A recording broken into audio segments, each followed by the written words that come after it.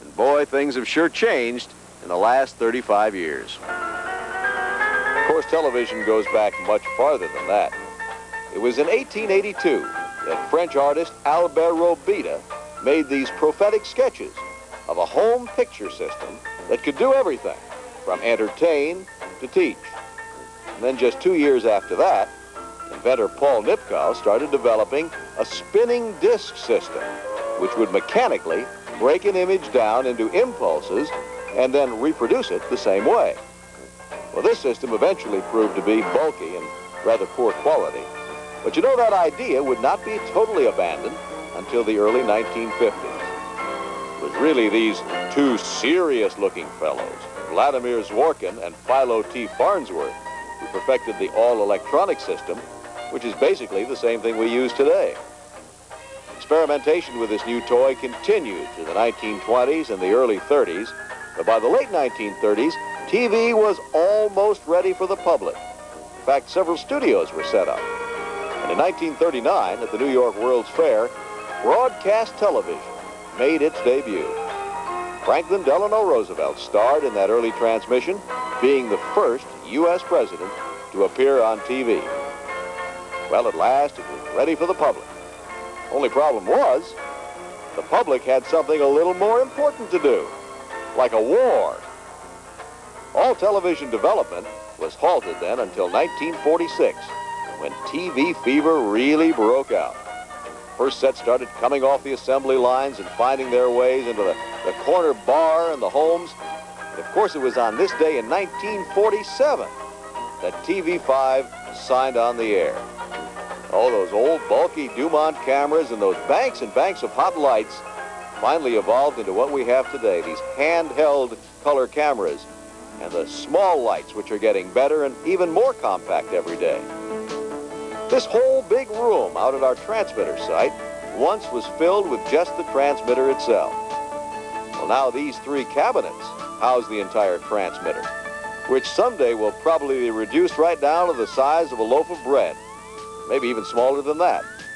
Just about everything that was done mechanically in those old days is now or soon will be accomplished by little electronic chips and the computers. What you're looking at right now, out here at our transmitter site in Parma, is the latest thing in the whole world, really.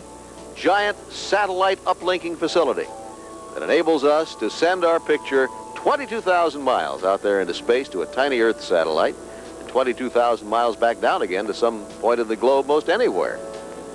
Nobody else in Cleveland has anything like this except TV5. That's one of the reasons we've been first in Cleveland all these years.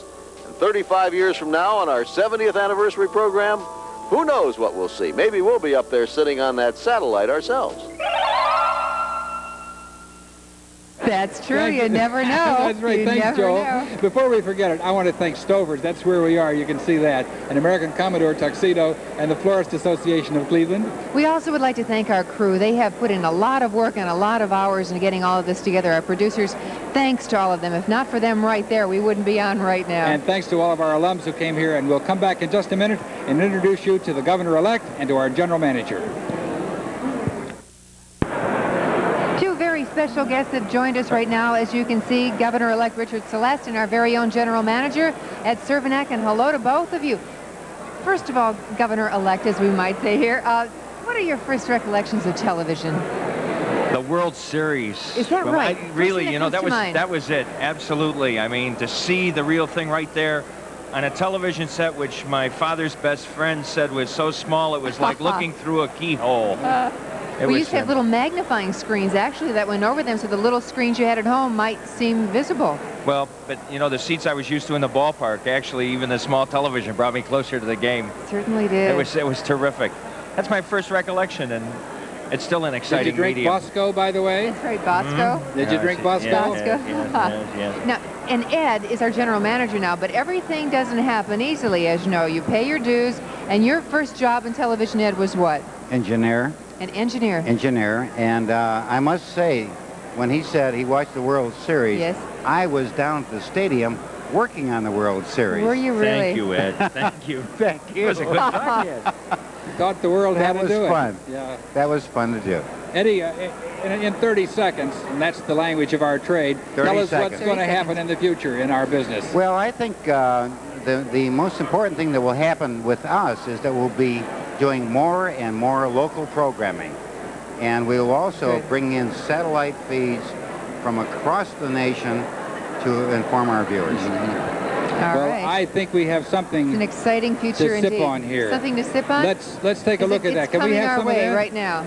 Oh, I don't think they want to give it to us. we're going to have Here a it little is. sip of champagne. This is the 35th anniversary I think they were champagne. enjoying it themselves, frankly. And thanks to Thank the you for Broadway being Babies here. for a very special anniversary song for TV5. And a Happy New Year thank to all you. of you. Happy Thank New Year. you. Merry Christmas. Holiday greetings. On December 17, a TV station hit the screen here in Cleveland. With 300 TV sets, Scripps and Howard placed their bets here in Cleveland. Now it's time to celebrate. Since 47, you've been great in our community. So we're wishing you the best.